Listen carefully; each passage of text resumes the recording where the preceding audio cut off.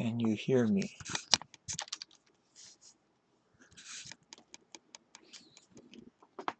Can you hear? Okay, let's begin. Okay, good. All right. Well, okay, our first game. Okay, that's an Aigakari. I know you've been practicing that. That's really good. It's one of my favorite openings, so it'll be easier for me to discuss. Okay. And you were studying the hineribisha, which I gave you some reference material to look at. But let's first see what happened, and then we can make some comments. Let me give you sub-host, so you'll be able to move the pieces. Okay.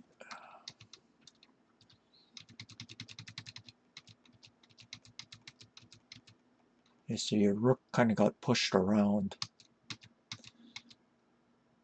Okay.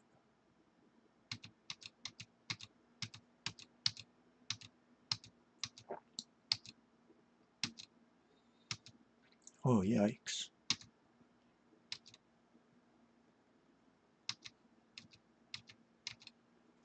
Oh, yeah. Okay. We can go back.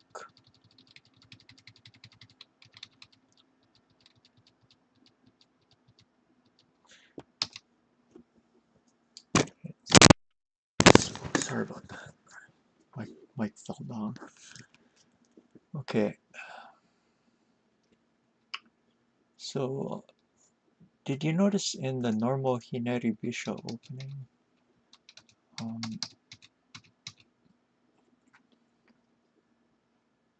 what usually happens is, let me turn the sound off. What you usually do is you play this move first, and then something like this will happen, and then you prepare the path for the bishop, and then you're going to push this pawn up, right?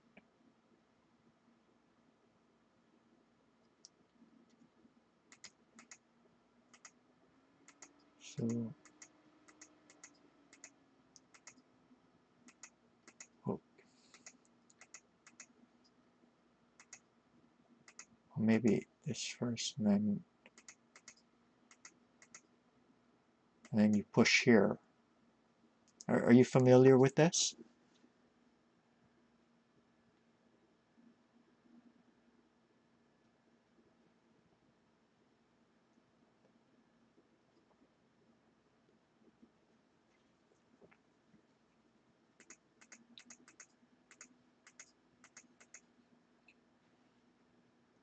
And you can just exchange this because the thing is protected.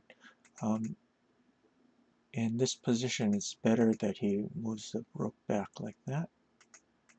And you can do this. And then you put the pawn there, or you move the bishop here. Let's say this is a very famous, they call this like a mouse trap.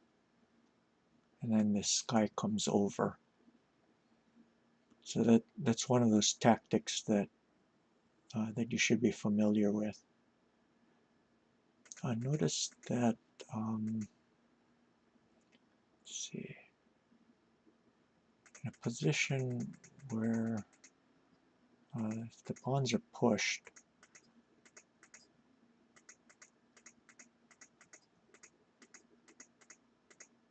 okay, so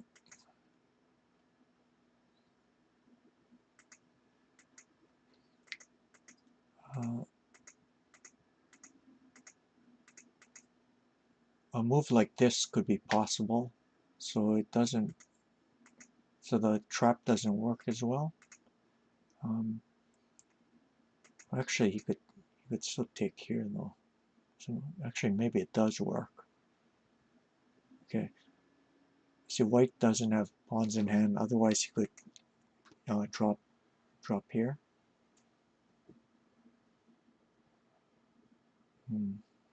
Okay, but this is a theme that you should remember.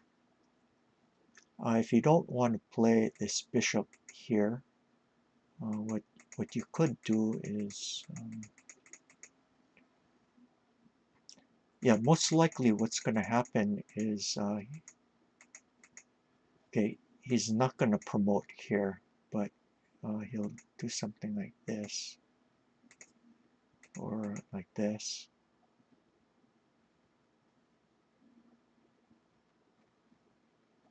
Yeah. And then what you can do is drop the pawn here, or sometimes you can even do this, and force something like this. He doesn't want to exchange rooks. Let's say he does something like that. What you could do is just calmly defend the bishop.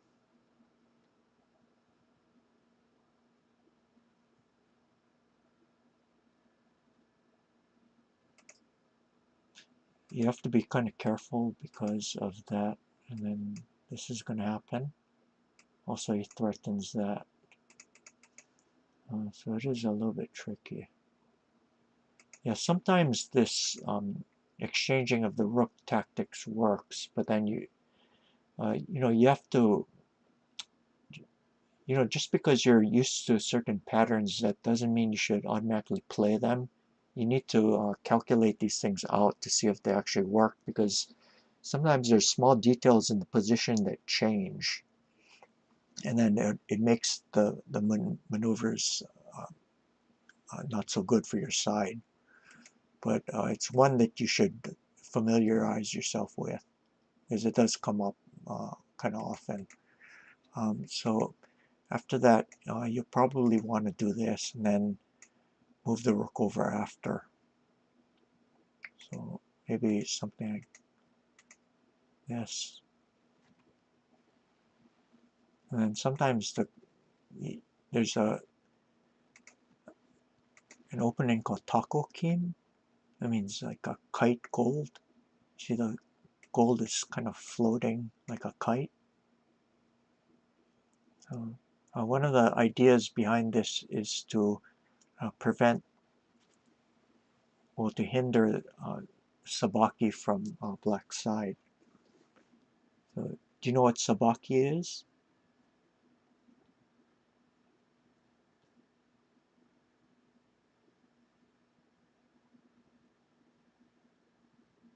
Here, I'll type the Japanese term here. Sabaki. Okay, that. Yeah, it's not really piece development. It's more like piece activation. If one side achieves sabaki, then its pieces become very active. So it's not any kind of piece development. It's specifically activity. So if you're used to this kind of shape, you know this is Ishida style shape, right? So a lot of times what you want to do is exchange, push the pawns in this way, and then end up activating your pieces. So what this gold does is it tries to go over and prevent that kind of play. So since black's castle is stronger, he's going to want to sabaki, and white's going to try to prevent the sabaki.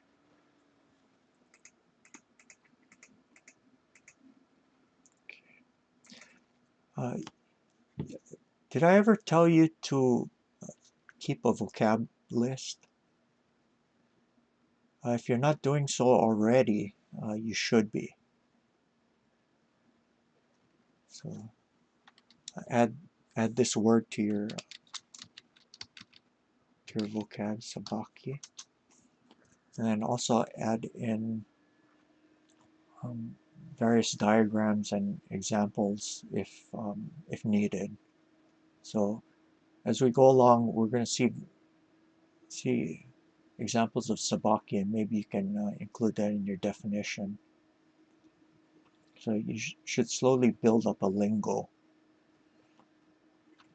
And when we have words that encapsulate whole concepts, they become much easier to study. So it's very important to do this.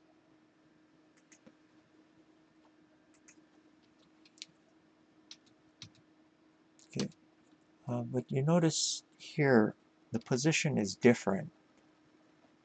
He's doing a bogeying without exchanging this pawn off.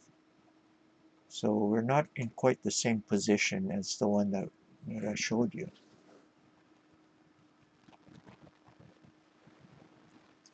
So that means you might have to abandon your idea of playing a hineribisha. So you always have to look at what the opponent is doing. Because sometimes you can play things regardless of what the opponent is doing, but a lot of times, most of the time, you should be looking at particulars like this. Let's see what happened. Okay, right now the silver can't go here. So right now what you probably want to do is move the silver up like this. And if he pushes here, threatening to go here, I don't know, maybe you can do it like this. And you see the rook is defending against the silver. So you're playing more actively now. And if he does like this, let's see. Maybe you can just do this.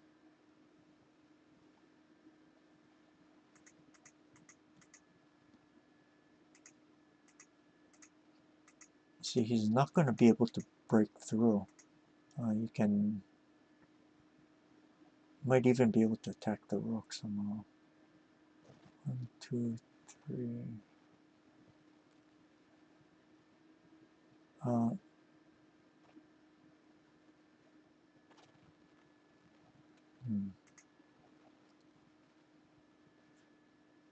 Do you see white's threat here? Does white have a threat?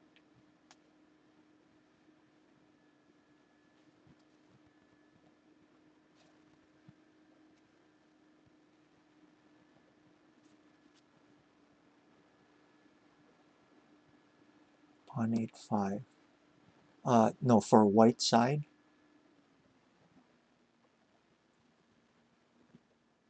Let's say if white had an extra move, what would he be? What would he want to do?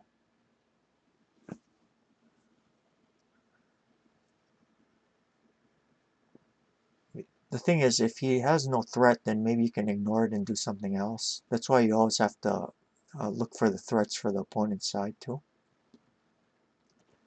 Oh, make sure that you follow latest position because I can't see what you're doing locally.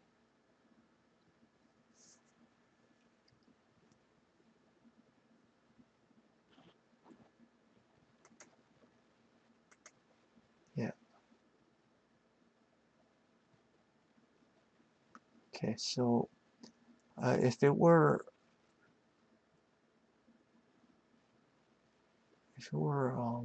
white's turn to move, there's possibly this, but that would be let's just pass a move just to see. Taking this would be kind of lukewarm. So the two threats that you should be looking for, well, there's actually more than, there's 1, 2, 3. I think there's about 3 threats. One threat is this. The other threat is this. And the other threat is this. See, I prefer this one out of all of them because it makes an immediate gain. If here he's going to promote the rook. See, and then he threatens here and here.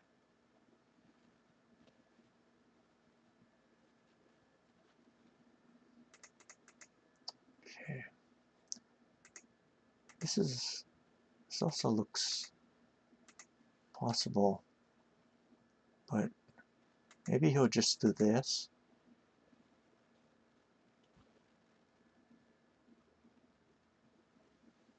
Oh wait, no. Yeah, this is okay. No, he can just do like this, and then he kind of busts through. Okay. So yeah, there's this pawn threat and this threat. So what that means is black is going to have to respond. So if you do like this, maybe now he can take the pawn.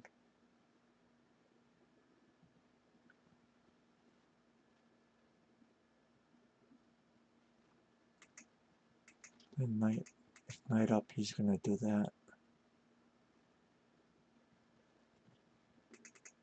Okay.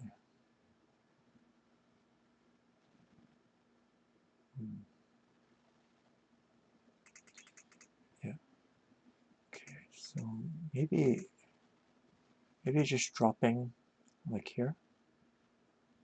And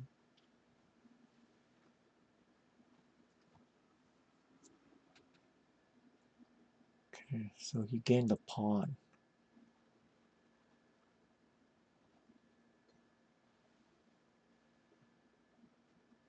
Yeah, but there's no immediate breakthrough.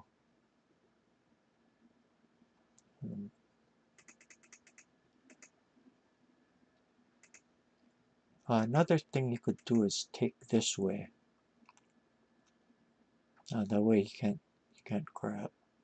But then he's gonna probably do something like this. And then he might sack the silver.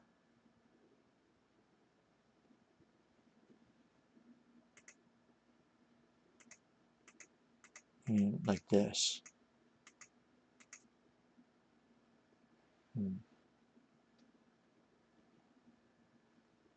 I don't know, what do you think?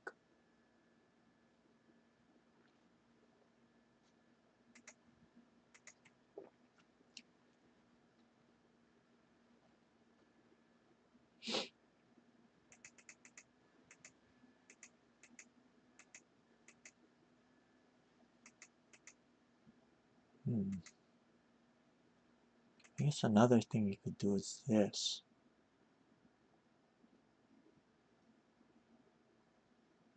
But the problem is like that. So this probably isn't going to turn out well. Later on, he's going to be able to he might even be able to push the pawns after you resolve this thing with the silver. So, and then there's also this hole open. So, yeah, so it's probably better to take with a knight and just give up the pawn. Okay.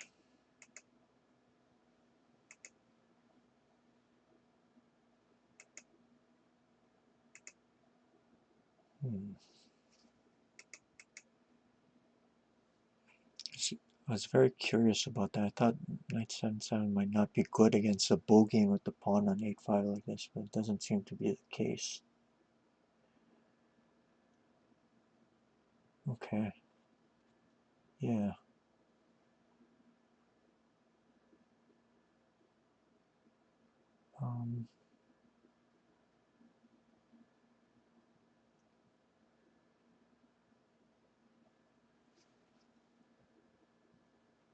Hmm.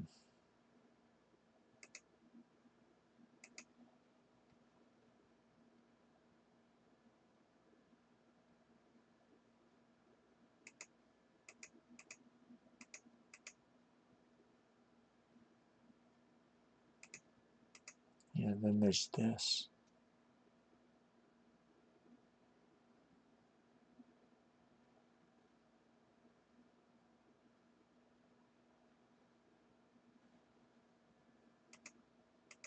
Hmm.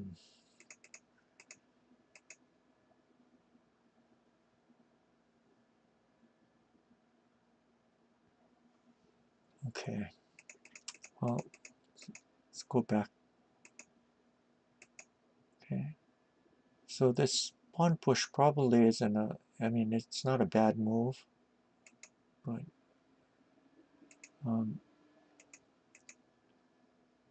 see, when you're like this, you make sure that um, when the silver and gold are like this bogey's never going to break through. But you will have to look at certain, tactics like that, like the ones that we just looked at.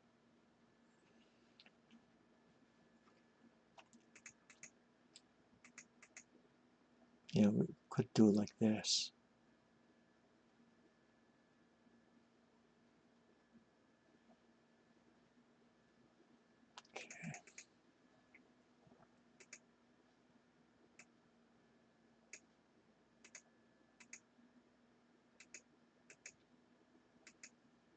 Hmm. Yeah, and okay. Do you see what white should have done here?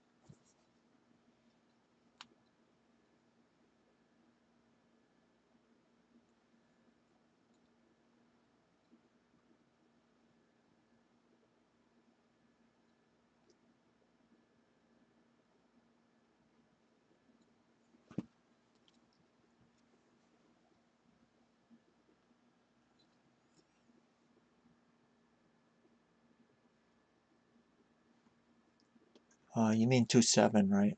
Like this?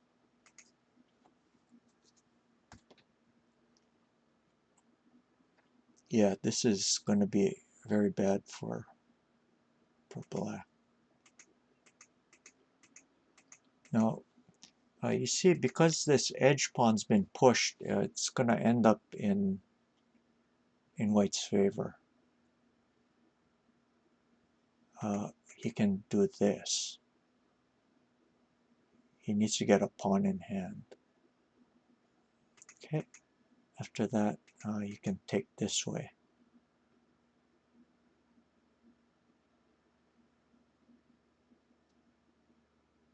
So, and then he threatens like this.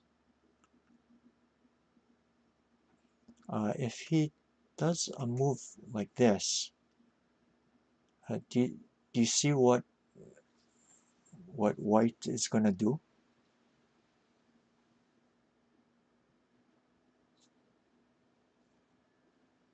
I mean, the thing is, he does have simply this.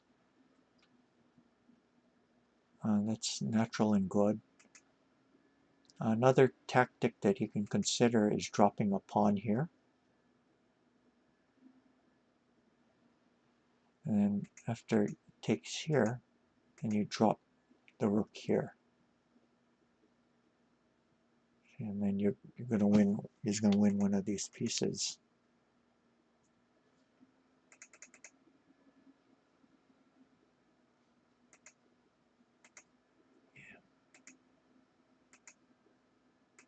So he might do that to prevent it. But then you notice that he has a pawn in hand, and there's nothing to stop this from happening. So this is complete success for his side. Okay. Something like this. And maybe he can You just pull the rook back. Or he can do like this. See, your threat is to drop the bishop here, so he has to do something about that. So probably, maybe like this. Then he might do here. So probably pull the rook back. Then next you can threaten stuff like this. Why does he need the pawn in hand? Well, it gives him options to attack.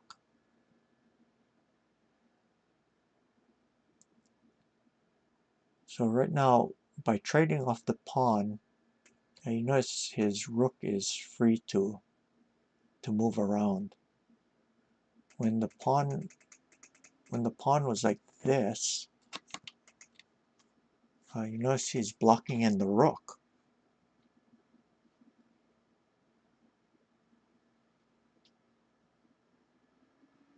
So that's why he exchanges like that. And then next he threatens here, or he also threatens stuff like that. Probably just a promotion. So after this, there's no pawn blocking the rook, and the silver, you notice, is tied down to the defense of this pawn.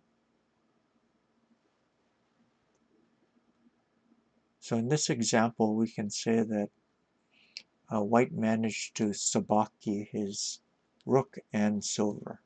So this is very good for him. He ended up trading off an attacking piece for a defending one, and it usually spells success for the attacker.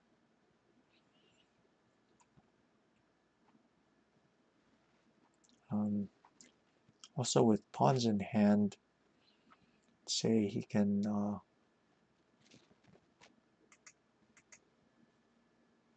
just as an example, maybe he can do like this,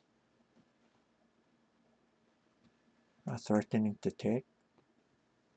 If the knight takes like this, then you can win the knight. Or you could also consider like dropping the rook here.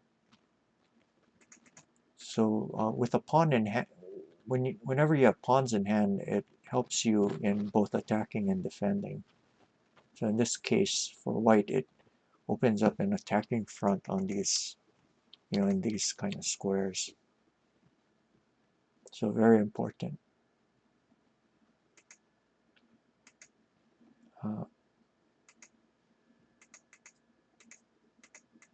Yeah, we saw this before.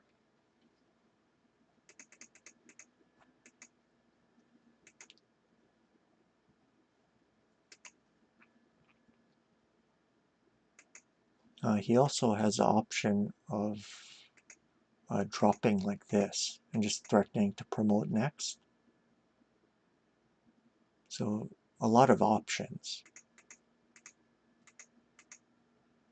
And threatening here and here.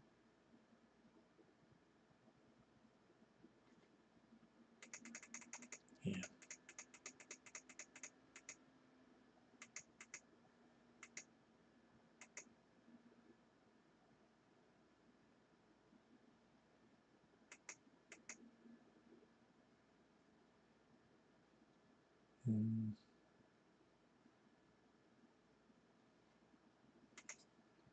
Let's see, he does something like this.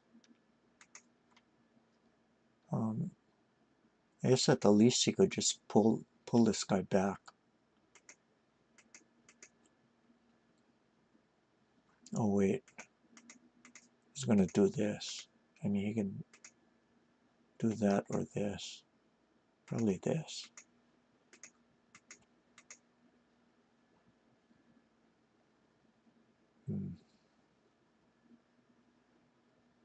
Yeah, this still looks better.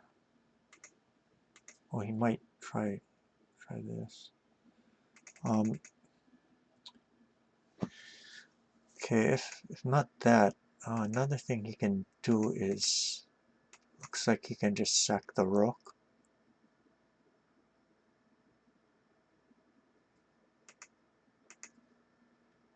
Okay. What does black play here? I mean, what does white play here?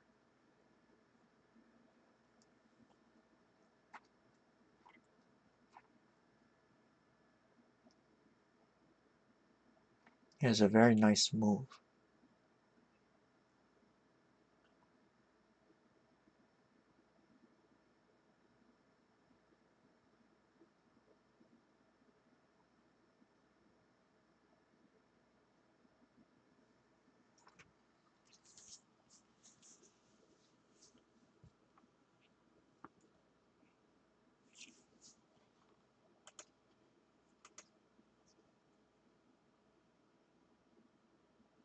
Notice that the silver is protecting this square. If the silver weren't there protecting it, there would be this mate. So is there a way to distract that silver? Also keep in mind this bishop here. It's a loose piece.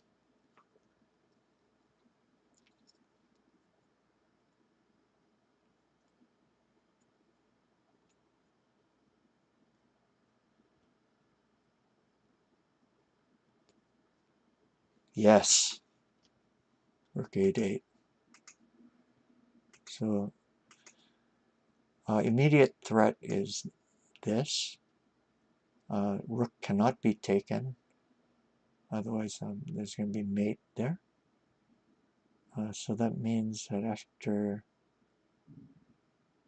say he defends, I don't know, like this, you can see. I don't know if he even wants to grab the bishop. He might even do this, because this is a threat mate.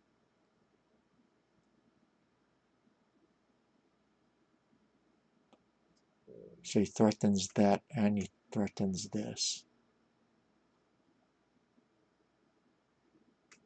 Yeah. Okay. Let's go. So yeah. So I think he was just thinking about developing and not thinking of what was actually going on other parts of the board. So always make sure you look for your own threats, because these things might slip you by. You're probably going to do this.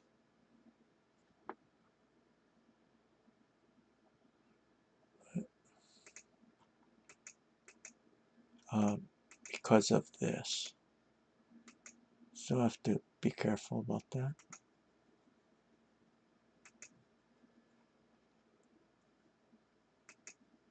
So with each move, I know it's going to be tedious at first, but always ask yourself, what are the threats? So you look at your own threats and you also look at the opponent's threats. That's going to help you find moves. So opponent's threat is this. This is also a threat. The bigger threat is the bishop drop, though. So you'll know that you have to defend against it somehow, either by moving the rook or moving maybe the gold here. This would allow this. So probably here.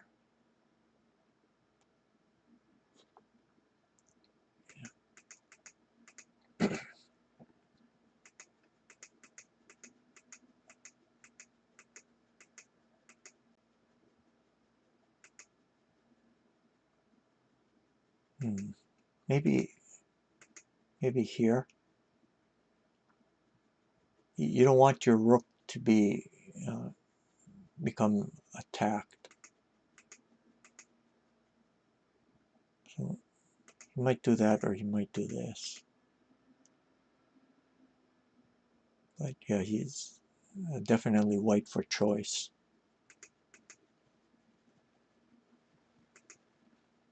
You see, the problem with the rook here is that it's going to end up getting attacked. Yeah, that's a good move. He's going to start harassing the rook.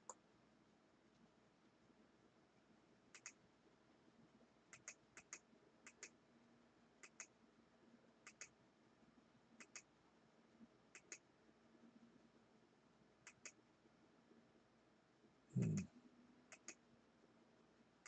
Okay.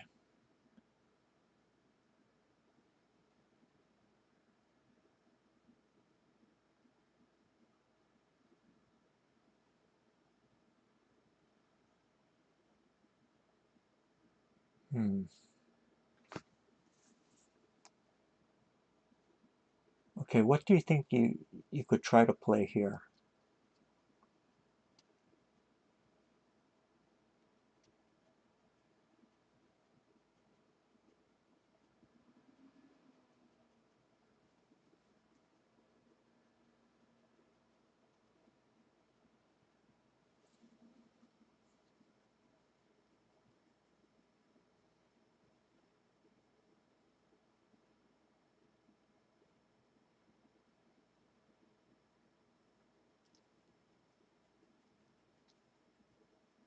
Yeah, probably try to do that, and maybe hmm,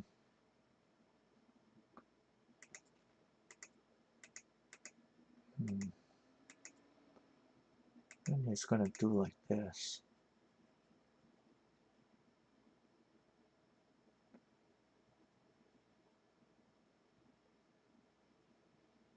This isn't. This is too much material. Yeah, this is too much material. Well, you do threaten the gold.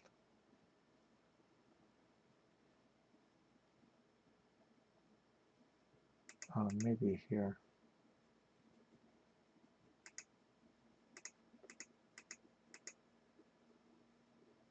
Yeah. Okay. So that doesn't seem to work.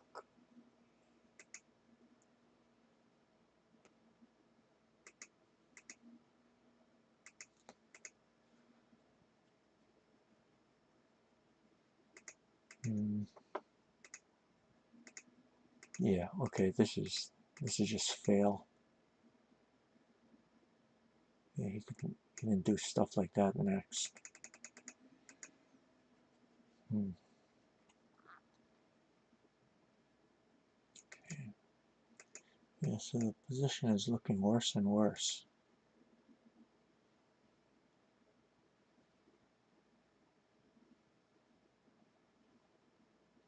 Hmm.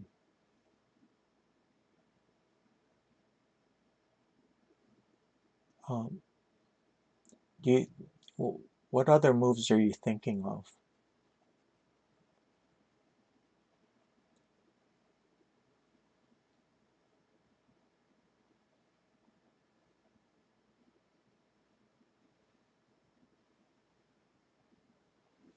Notice that this horse is a very strong piece.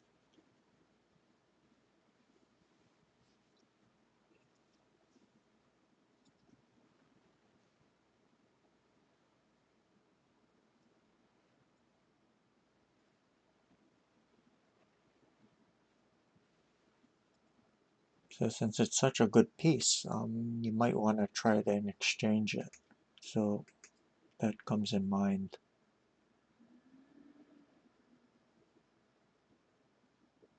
See, if he takes it, then takes here. And then what's your threat?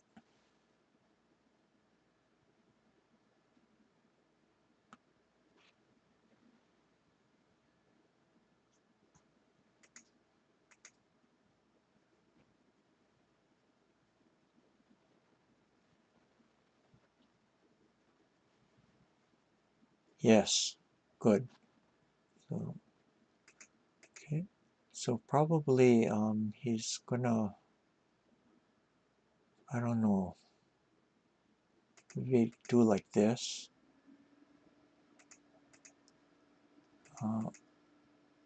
If he takes with the silver, then this guy falls. So take with the pawn, and takes.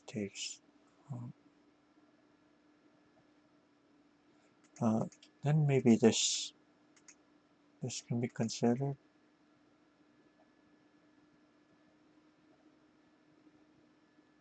It's going to be kind of sharp. At least you're getting some play. If he does here, what do you do?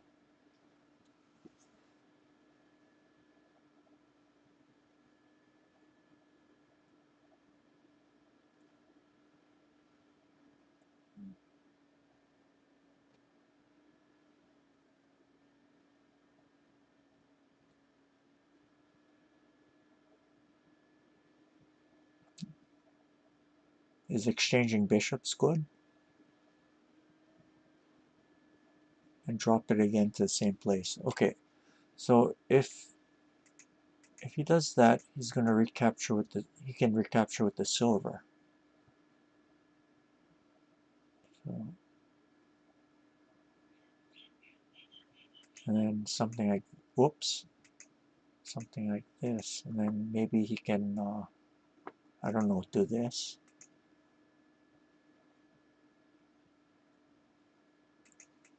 So that doesn't help your side. So what you want to do is keep the bishop active, keep your pieces active. So you do that by taking here. Now at first you might think, oh, it's kind of scary. It's exchanging a bishop for a rook. But you notice how you have to look at what's still on the board. This bishop threatens here and here. So if it takes here, then you can do this next. This or this. So, you know, maybe like this. Then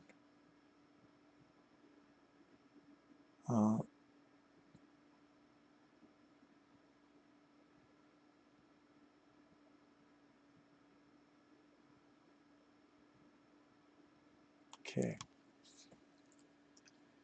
What's white's threat?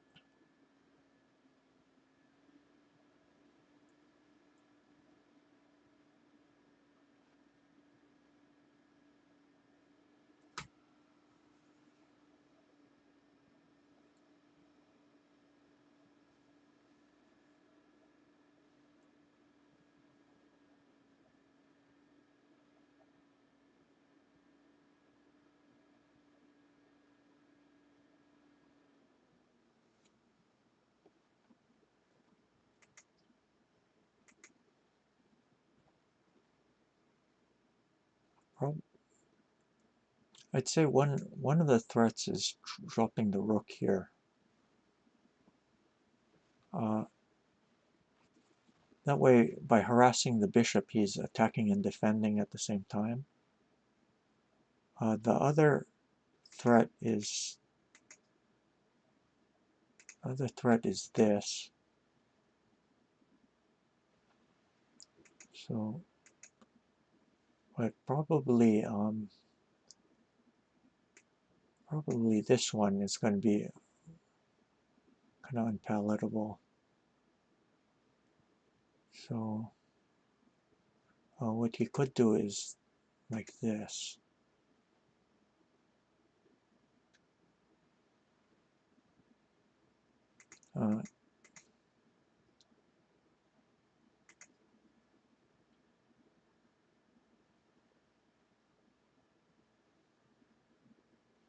Can you drop the pawn here? Or you can drop, maybe do this. But you're getting some play, you notice. Oh, but then he might do this. Yeah, that's actually kind of severe.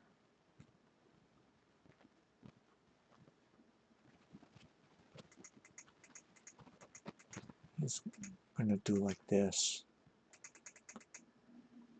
If here, then this rook drop. And if here, then he can drop the rook here. So yeah, this push is going to be too slow. So maybe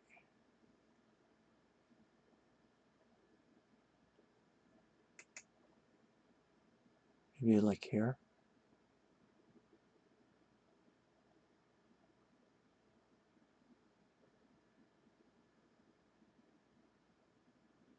Yeah.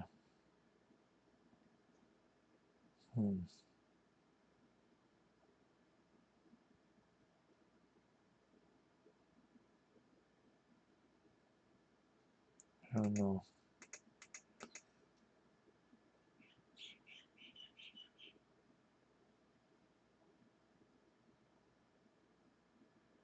Okay.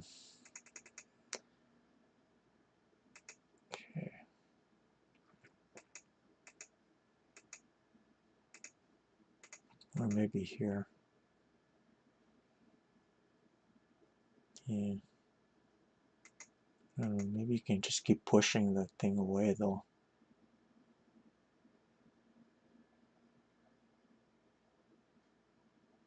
Yeah. Okay. But at least in that one you're getting some play. But I still think that it's better for white. So what you don't want is to lose without any chances at all. So that's why a move like this, they call it shobute. Do you know that term?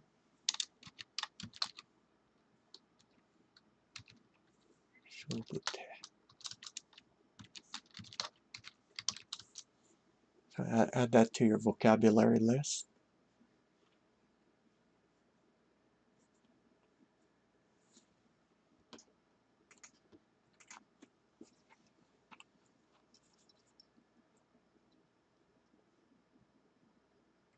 Now, shobute is a move that you play in a bad position in order to kind of shake things up. Even though the thing is kind of, the situation's probably not going to turn out well with best play, you're going to have some counter chances, so you're not going to lose completely passively. So that's a very important concept to learn when about defending, is active counterattack. And that's what this shobute is.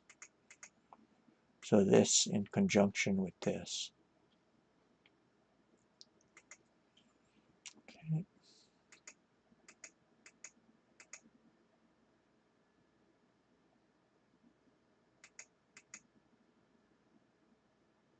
Getting some play. Okay. Play as in counterplay.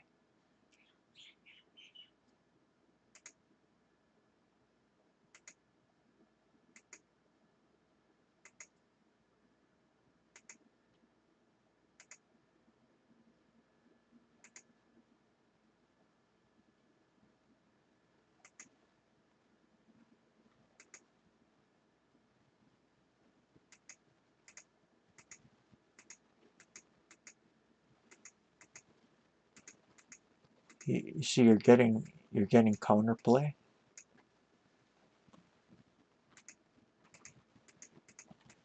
See, counterplay. You have some. That's what I mean by play.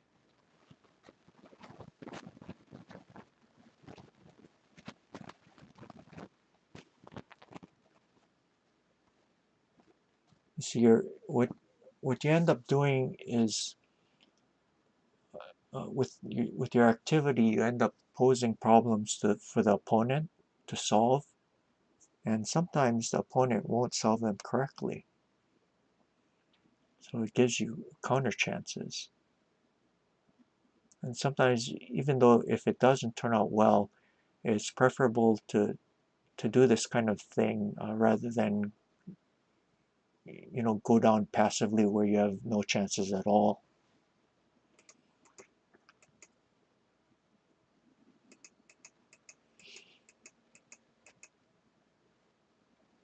Okay, maybe here you could also do this.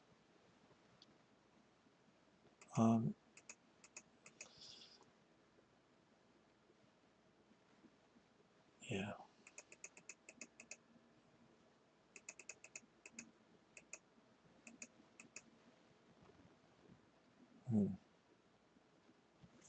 Okay.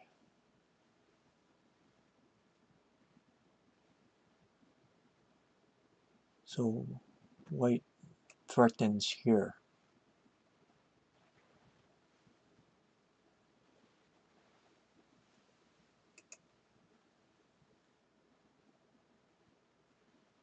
If you do this, what should white do?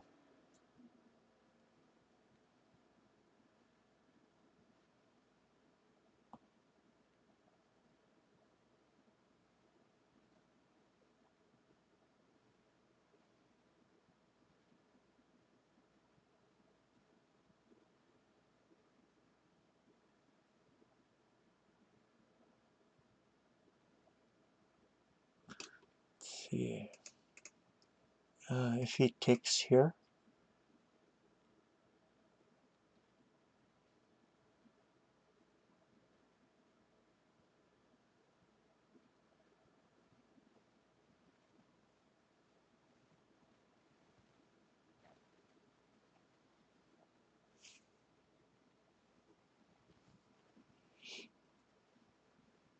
this one requires a bit of calculation,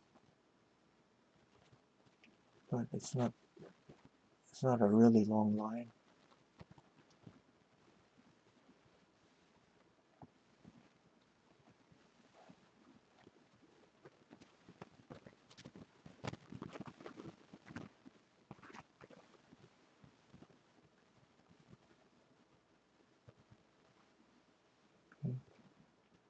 It's probably here, right? Probably promote. If the gold takes, then this lance drops.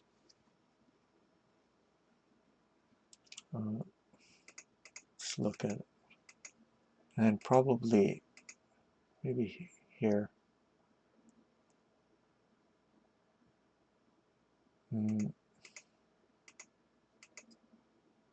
He might do it like this.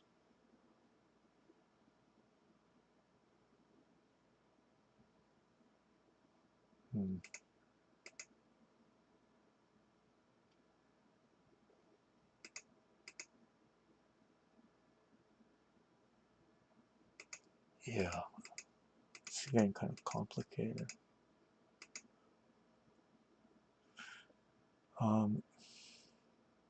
There's probably something clearer than this.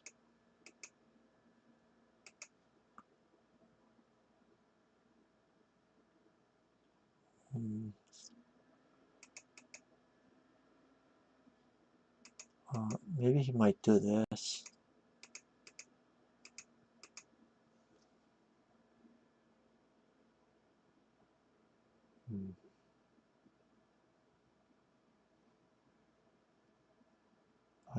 If nothing else, you can threaten to do like this.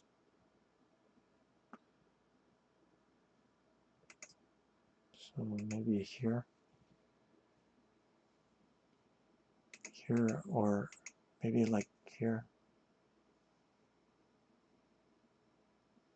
Yeah, you're actually getting some play.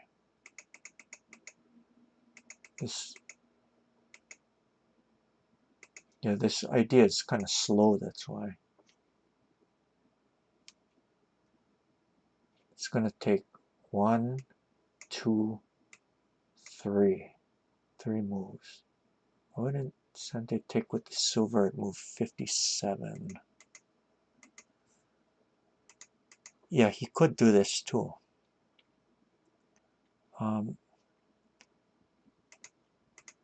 What about this? Maybe?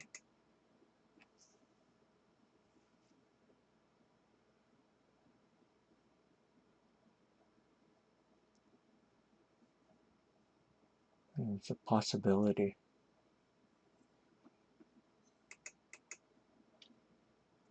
Another thing you could do is this. This might actually be stronger.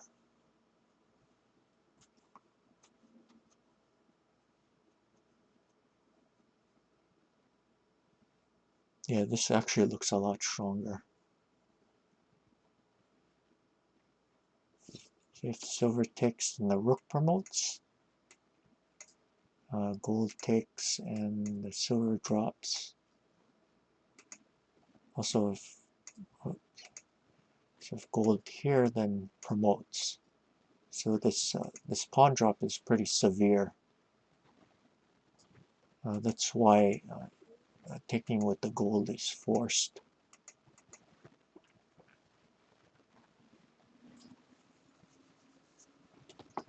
Yeah. So you see, it's all of this choosing of moves has to do with threats. I mean, it's not all positions contain threats, but when there are, it becomes much easier to find moves. That's how I'm finding all of this. Just look at threats for both sides. So with each move, make sure you do this. It might seem tedious at first, but you know, you keep on doing it, and then it eventually will become automatic. So it just takes habituation.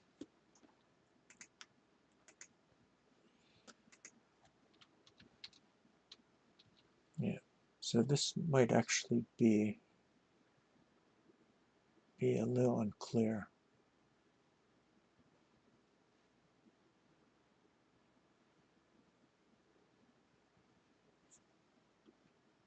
I guess another thing you can do is this. Then probably, oh, sorry, if he does this, then this. Yeah, that's no good. Just a loss of a silver.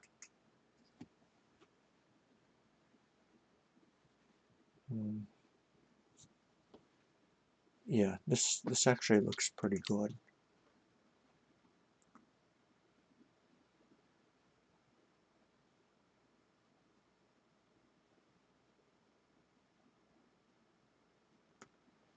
So one of the things that he has to be careful about is getting the rook attack. Whoops, sorry, getting the rook attack like this.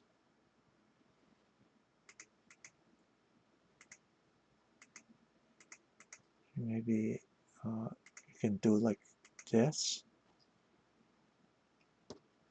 and after this, and well, you still threaten this and this.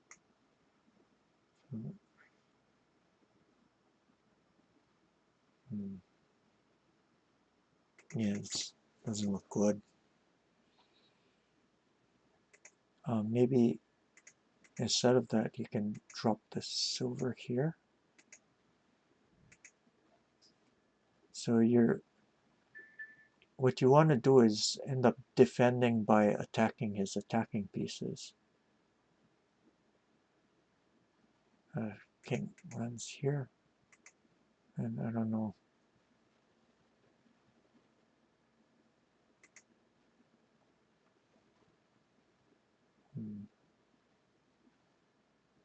Yeah, the problem in this variation is this is always going to fall.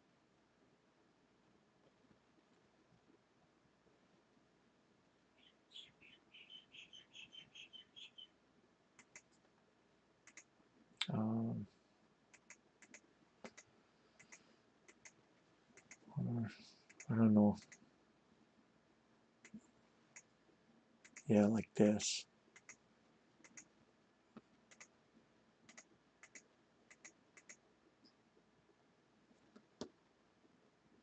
On the other hand, you made some gain here. So maybe you can start fighting back.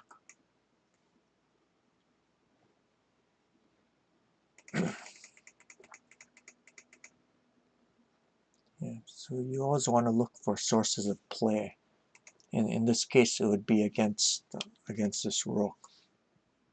Don't think that just because these are defending pieces that they're going to defend passively. You can try to defend actively by attacking. So the attacking piece itself can become a target. Yeah, look how much you have in hand. So it should immediately jump out that these kinds of moves exist.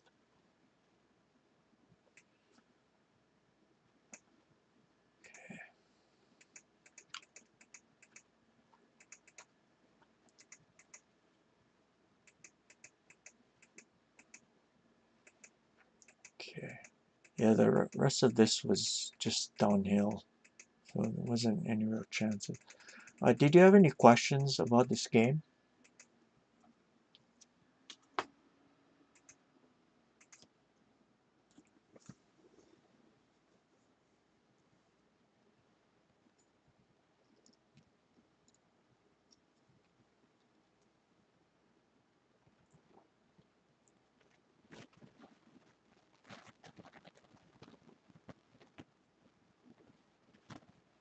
Mostly wondering about the bogeying on the edge.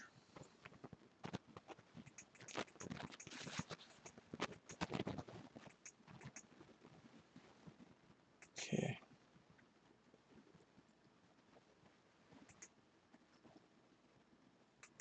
At what point?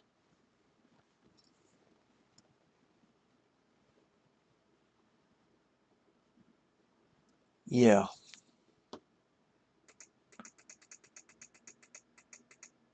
Let's see.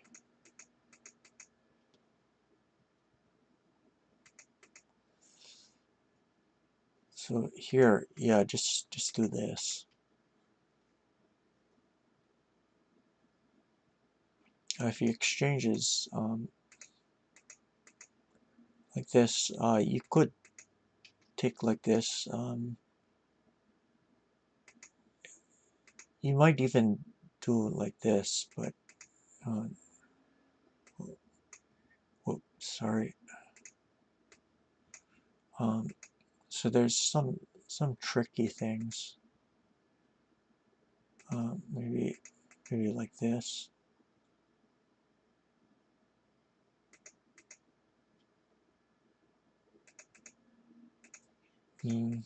Or if you don't want to do that, you can also take with the silver.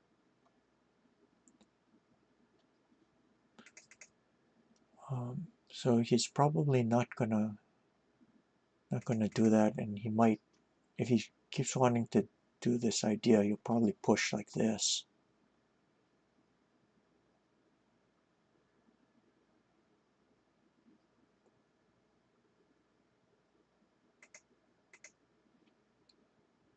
But yeah, with the bishop here, the bogeying on the edge isn't, he's not going to be able to play it. He's going to have to exchange the bishops first.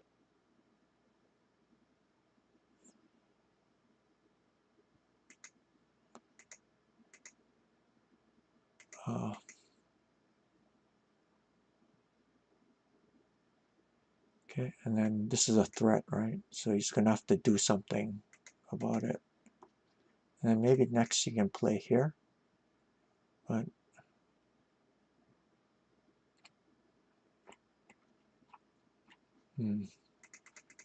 yeah, maybe just can take with the silver.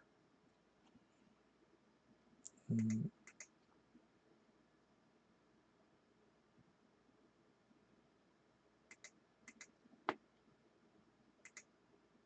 Uh,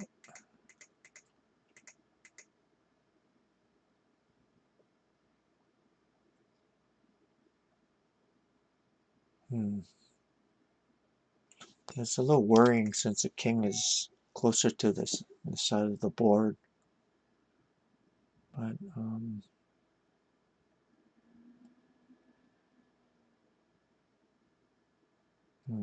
one thing you can do is just pull this guy back. Then you have to worry about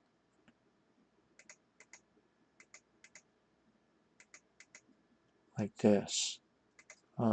Because if here, what do you think white will play? Or what do you think white will think of playing?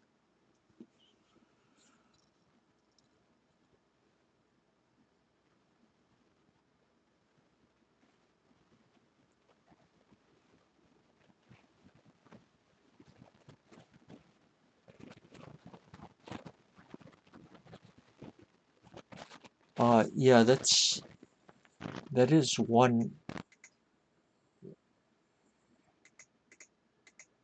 Yeah, actually, that is the simplest probably. Uh, so if he does this though, probably push.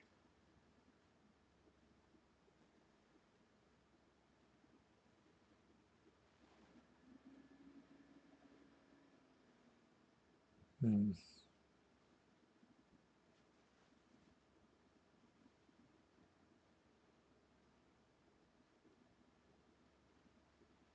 yeah.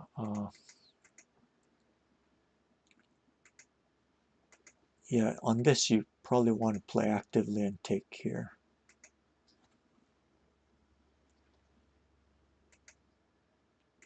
Because this looks way too passive.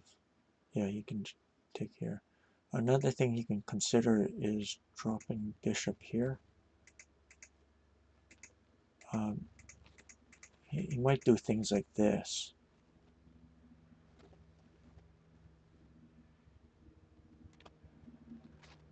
Yeah.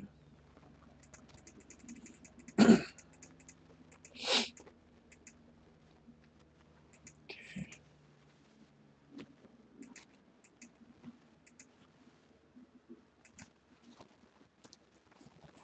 All right. Did you have any other questions?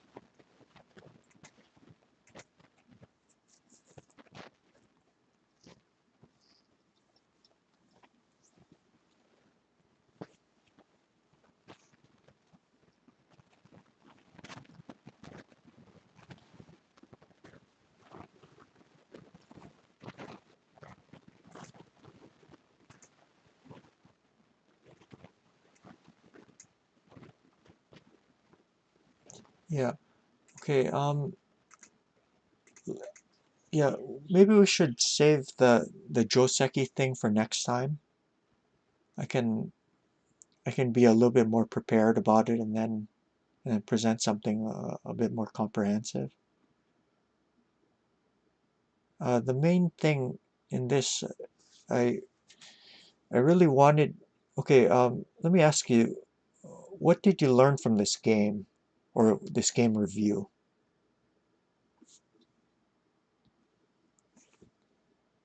After each lesson, we do like a summary. It's a good habit. So what did you learn from this game?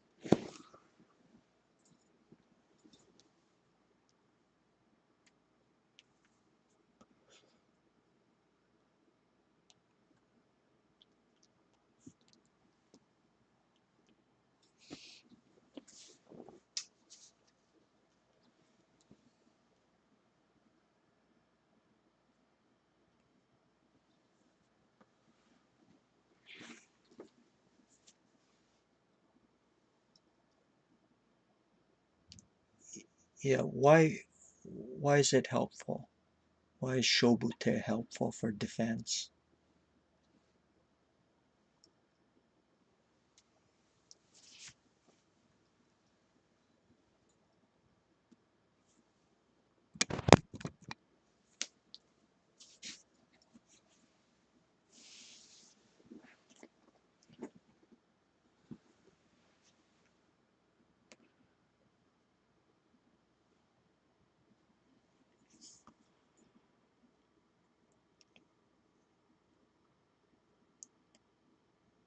Yeah, it gives you counter chances so you don't lose passively, and it also when you start to do some attack yourself, it kind of shakes things up, and it forces the opponent to start reacting, or sometimes to start reacting to what you're doing. So um, yeah, that's Shobute. What else did you learn?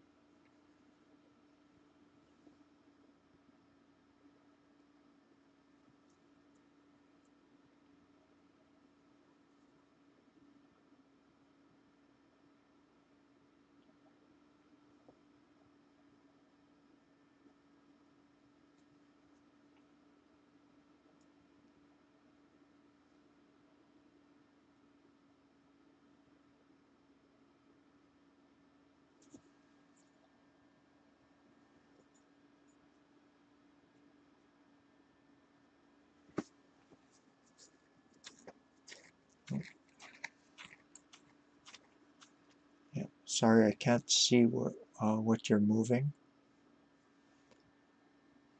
I'll just give you host. I think we're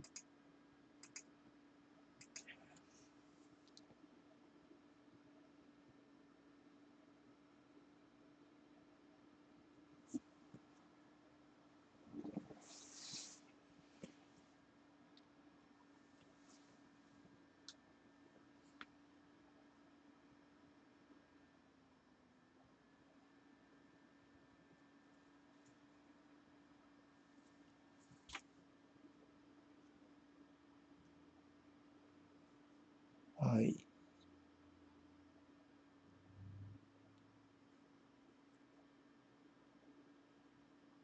yeah. Sometimes what you want to do is exchange off the useful pieces. Yeah, yeah. His horse is a very good piece.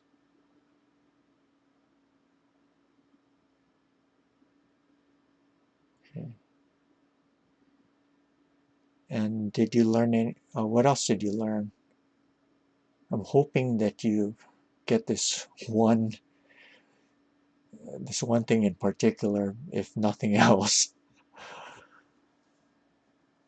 So I'm kind of fishing for it.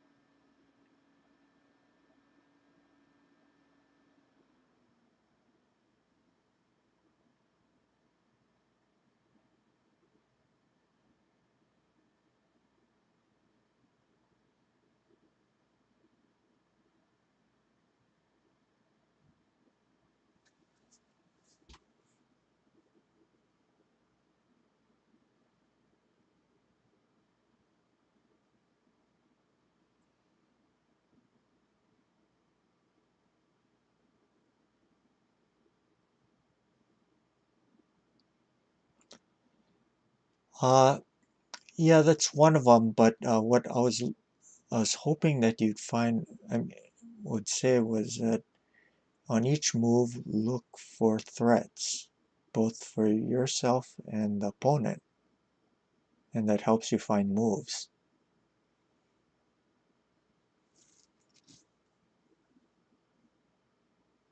Out of everything that we went over today, that's the most important thing that I'd like you to get.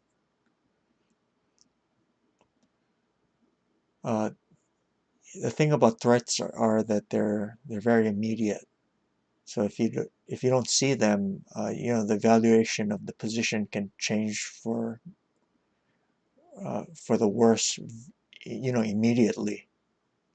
So it's extremely, extremely important to look for threats, and not just for the opponent's threats, for yours as well. Because sometimes the opponent's might not be looking at stuff, and then you can catch them. Uh,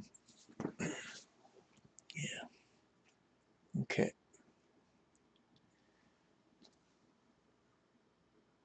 All right. So I'm going to assign you homework, okay?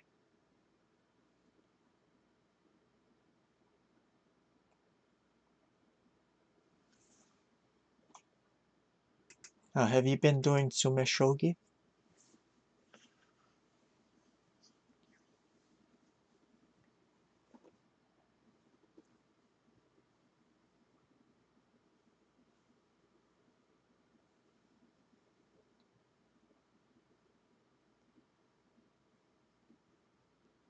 Okay. Every day?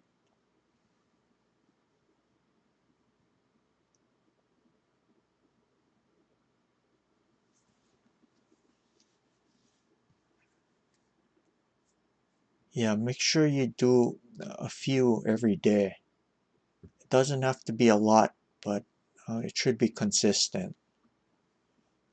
Not really long problems, just short ones. Maybe like 3 to 5 moves.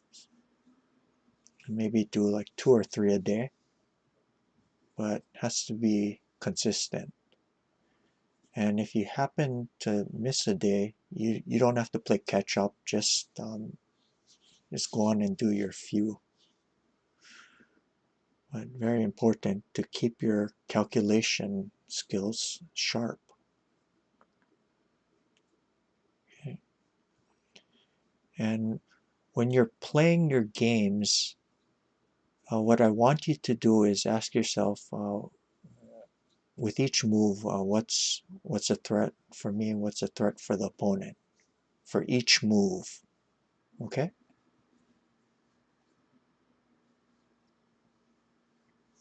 And then you can show me your results the next time we meet. Okay, so those two things.